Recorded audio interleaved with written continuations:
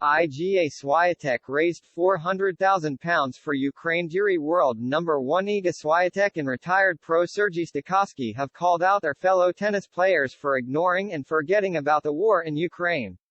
The French Open champion held an exhibition tournament in her home of Poland over the weekend to raise money for the war, and secured over £400,000 to help the efforts in Ukraine. Swiatek was one of the first players to show her support for Ukraine by donning a blue and yellow ribbon in her matches shortly after the war began, and she sent her support to the country after winning the French Open.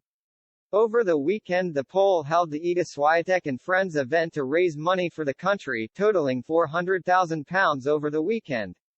During the event, in which she was joined by Ukrainian stars like Elena Svitolina and Stakhovsky.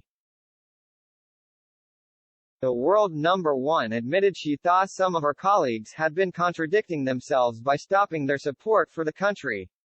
Many players have taken off their Ukrainian armbands that they wore for a few matches in February, the two-time major champion said.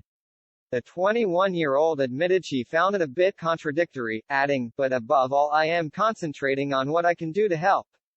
But retired former ATP world number 31 Stakhovsky was more brutal on his fellow players, sharing his disappointment at the lack of pros, especially from Russia, who were speaking out.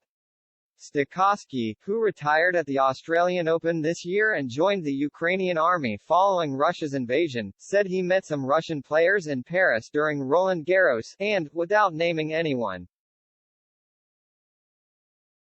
claimed, "Basically everyone just turned around, walked away or turned their heads away when they saw me.